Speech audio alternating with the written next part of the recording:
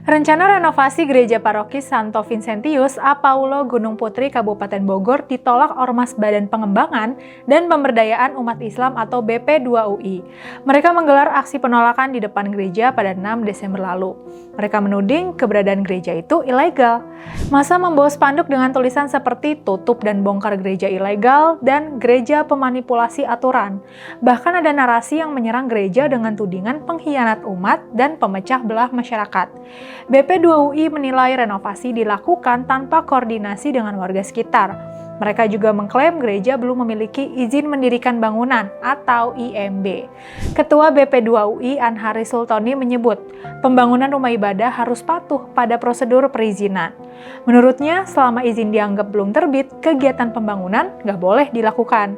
BP2UI menyatakan akan terus mengawal kasus ini. Bahkan mereka berencana membawa persoalan ini ke PT UN. Tapi, kata Kepala Kantor Kemenak Kabupaten Bogor, Ahmad Syukri, izin gereja tuh udah lengkap.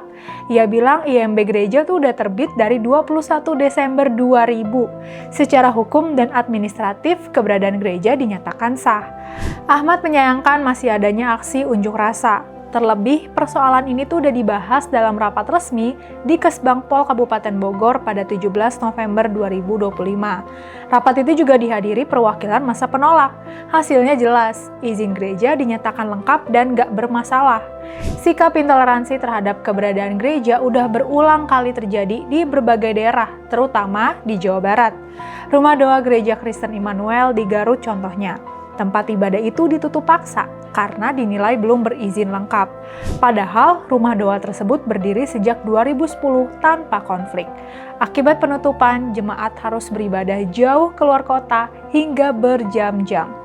Kasus lain yang menonjol adalah HKBP Philadelphia di Bekasi. Gereja ini tuh punya tanah, sertifikat, bahkan menang gugatan hukum hingga inkrah. Namun jemaatnya tetap dilarang beribadah di bangunan sendiri. Mereka terpaksa beribadah di jalanan, kolong tol, sampai balai desa. Alasan yang digunakan tetap sama, yaitu perizinan.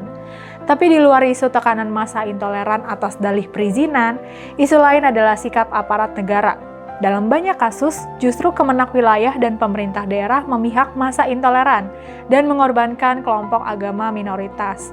Misalnya nih, kasus penolakan pembangunan Toraja Christian Church atau Gereja Toraja di Samarinda, Kalimantan Timur. Kemenak Kota Samarinda tuh nolak keluarin rekomendasi tertulis yang jadi syarat penting dalam pendirian rumah ibadah. Juga Kemenak Kota Cilegon yang gak kasih rekomendasi pendirian gereja HKBP Maranatha Cilegon dari tahun 2022 sampai 2023. Alasan mereka, sikap mereka itu sesuai aspirasi umat dan untuk menghindari potensi konflik sosial. Dalam beberapa kasus penutupan gereja di Aceh Singkil, Kemenak Kabupaten gak hanya mengetahui, tapi juga ikut dalam forum-forum keputusan daerah yang menyepakati pembatasan atau penutupan gereja. Apa yang dilakukan Kemenak wilayah Bogor patut diacungi jempol. Mereka nggak takut apalagi berpihak sama tekanan dari massa intoleran. Mereka justru berpihak pada konstitusi, hukum, dan hak warga negara.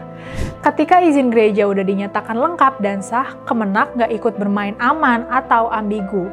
Mereka tegas bilang pembangunan gereja itu legal.